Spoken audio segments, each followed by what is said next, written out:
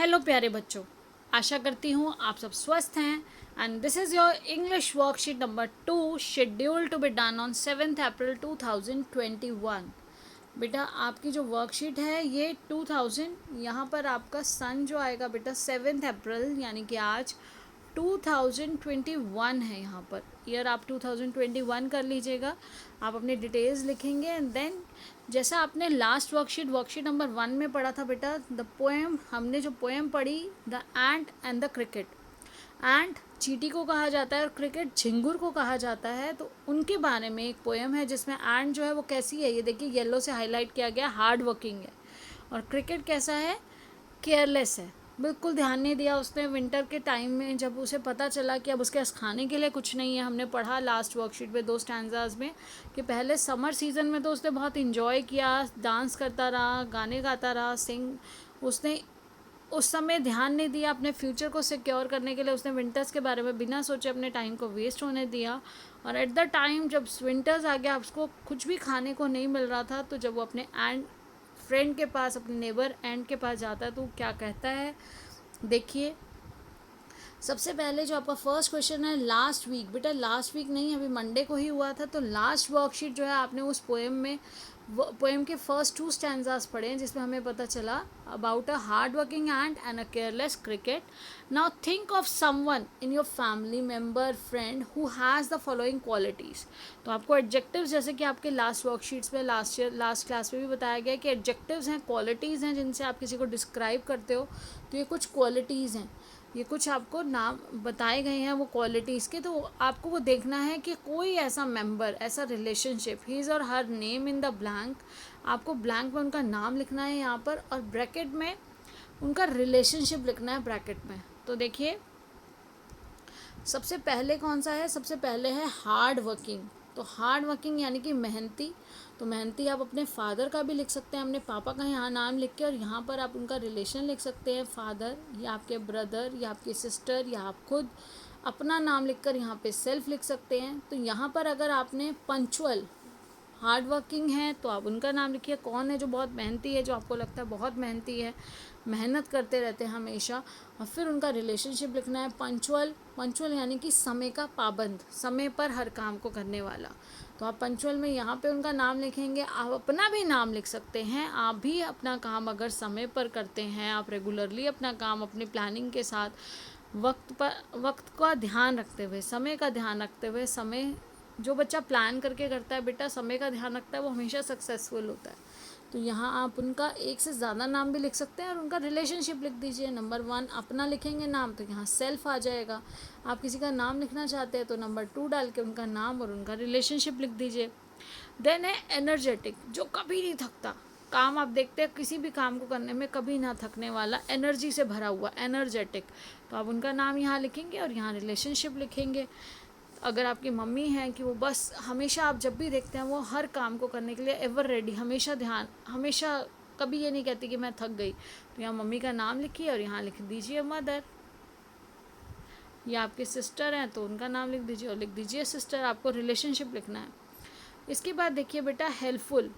तो हेल्पफुल में देखिए, हेल्पफुल यानी कि मददगार, जो हमेशा सबकी मदद करता है। तो यहाँ पर आप अपने किसी फ्रेंड का नाम भी लिख सकते हैं और उसका रिलेशनशिप यहाँ डाल सकते हैं फ्रेंड। या आप अपने फैमिली मेम्बर में भी अगर किसी का नाम लिखना चाहते हैं, एक से ज़्यादा नाम लिखना चाहते हैं, तो A B डालकर उनका नाम लिखिए और रिलेशनशिप लिख दीजिए। और उसके बाद बेटा नेक्स्ट जो क्वेश्चन है, हमने यहाँ पर तो ये क्वालिटीज़ को समझा और हमें ये क्वालिटीज़ खुद डेवलप करनी चाहिए। हमें हार्ड वर्किंग होना चाहिए, पंचुअल होना चाहिए, साइड बाय साइड हमें एनर्जेटिक भी फील करना चाहिए। एनर्जेटिक रहेंगे तभी हम सभी कामों को बहुत अच्छे से कर पाएंगे। फुल ऑफ एनर्जी के साथ काम बहुत जल्दी हो जाता है। और हेल्पफुल, सभी के लिए हेल्पफुल होना चाहिए, हमें सबकी मदद करनी चाहिए। अब देखिए स्टेंजा 1 और 2 के बाद now let's read the remaining poem do you think the ant help the cricket. आपने लास्ट 2 स्टैंजाज में पढ़ा था कि जब वो स्टारवेशन और फेमाइन के बारे में आपने पढ़ा कि चारों तरफ बिल्कुल कुछ खाने के लिए नहीं है, एक दाना भी नहीं है, और चारों तरफ क्या हो चुका है, चारों तरफ बर्फ़ आ चुकी है, स्नो। तो स्नो में अब कोई किसी भी पेड़ पर पत्ता नहीं है, कोई फूल दिखाई नहीं दे रहा है। तो उस कंडीशन में अब उसके पास, क्रिकेट के पास सिर्फ एक ही तरीका था कि वो जाके एंट से रिक्वेस्ट करे। तो अब वो जब एंड के पास जाता है तो देखते हैं एंड ने उसकी हेल्प की या नहीं की। Stanza 3 says the ant to the cricket. Ant क्या कहती है क्रिकेट से, I am your servant and friend, मैं तुम्हारी सर्वेंट भी हूँ, मैं तुम्हारी फ्रेंड हूँ, तुम्हारी दोस्त भी हूँ, but we ants never borrow, we ants never lend. बेटा नेवर मतलब कभी नहीं, ना तो हम कभी किसी से कुछ उधार लेते हैं, बोरो भी नहीं करते हैं। हम जो एंड्स हैं, हम जो चींटियाँ हैं, ना तो किसी से उधार लेते हैं और ना ही कभी किसी को उधार देते हैं, लेंड कभी नहीं देते हैं। अब देखिए नेवर तो आ गया, कभी नहीं, but tell me dear cricket did you lay nothing by. लेकिन मुझे ये बताओ क्रिकेट, क्या तुमने कुछ भी नहीं रखा? नथिंग, नो थिंग से नथिंग, कुछ भी नहीं रखा।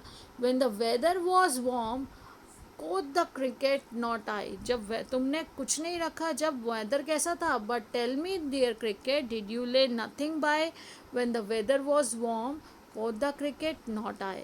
तो उन्होंने पूछा जब मौसम जो था वो इतना अच्छा था, सुहावना था, गर्म था, गर्मी का समय था, समर सीज़न में, तुमने क्या तब कुछ भी नहीं रखा अपने लिए? तो उसने जवाब दिया, उसने क्या कहा, सेड द क्रिकेट, क्रिकेट ने क्या जवाब दिया, नहीं मैंने नहीं रखा। My heart was so light that I sang day and night. For all nature looked gay, you sang, sir, you say. Go then, says the ant, and dance the winter away. तो बेटा यहाँ पर देखिए आपके जो last words हैं वो कैसे है, राइमिंग वर्ड्स हैं। तो अगर आपसे राइमिंग वर्ड पूछा जाए तो लाइट नाइट से राइम कर रहा है। आपने लास्ट वर्कशीट में देखा था किस तरह से राइमिंग वर्ड फाइंड आउट करते हैं। गे जो है वो से के साथ राइम कर रहा है, अवे के साथ राइम कर रहा है। इससे आपकी जो पोएट्री है उसको और ज़्यादा ब्यूटिफाई किया जाता है। तो अब देखिए माई हार्ट वॉज सो लाइट, मैं इतना हल्का फील करता था, that I sang day and night, मुझे कोई चिंता नहीं थी, मैं बड़े मस्त रहा, मैं दिन रात गाता रहा, इंजॉय करता रहा।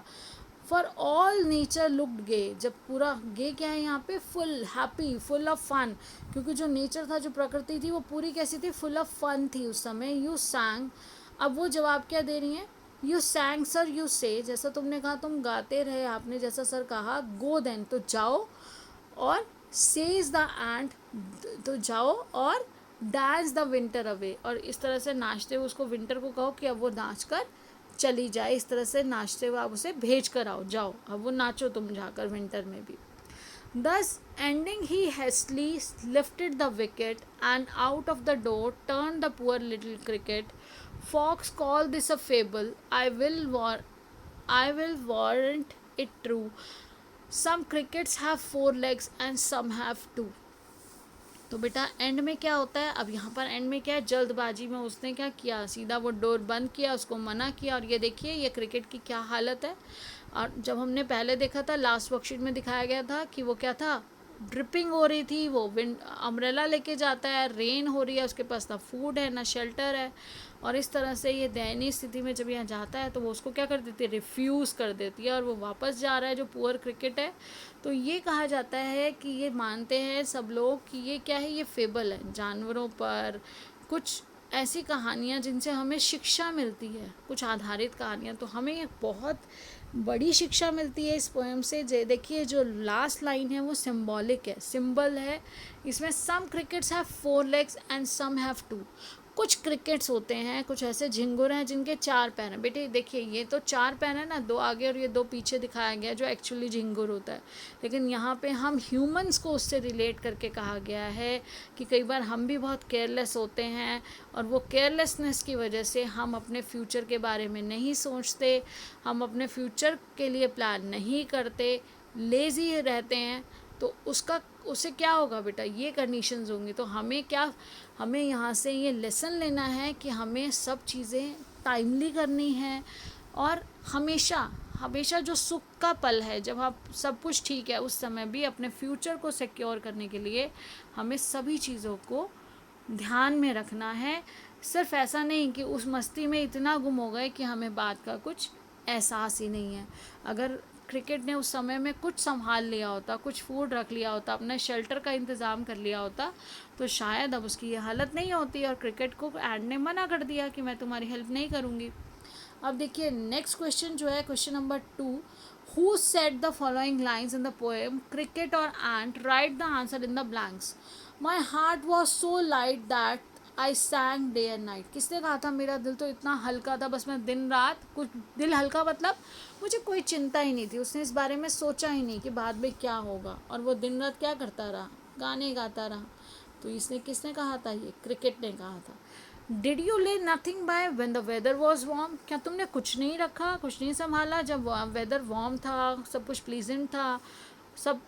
तो उसने उस समय क्या किया, उसने तो सिर्फ इंजॉय किया। तो बिल्कुल ठीक, आपने सही पहचाना बेटा। एंड ने उसको कहा था कि तुमने कुछ क्यों नहीं रखा। Go then and dance the winter away, तो जाओ फिर जाओ और नाचते हुए विंटर को दूर भेज दो, जाओ।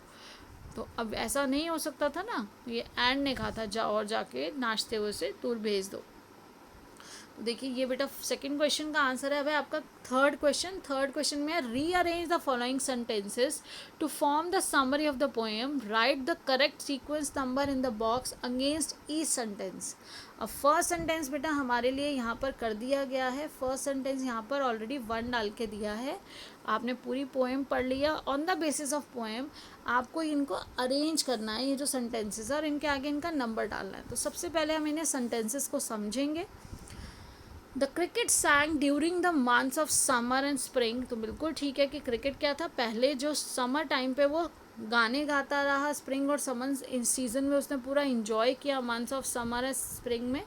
द एंड रिफ्यूज, तो यहाँ पे 1 नंबर हमें ऑलरेडी दिया गया, इसीलिए the ant refuse to help him and send him away, तो एंड ने उसको मना कर दिया मदद करने के लिए और उसको वापस भेज दिया। In the winter season he was starving and thus he went to the end, और विंटर सीजन में क्या था, जब सर्दी आई, ठंड के सीज़न में उसको क्या हुआ, अब वो भूख से मरने वाला था, भूखा था बहुत ज़्यादा, उसके खाने के लिए कुछ नहीं था, इसलिए वो किसके पास गया, he went to the ant, तो वो चींटी के पास गया। The cricket replied that he enjoyed the summers and did not store any food, और जब एंड ने पूछा तो उसने क्या रिप्लाई किया था कि उसने समर्स को इंजॉय किया और उसने कुछ भी फूड को स्टोर नहीं किया।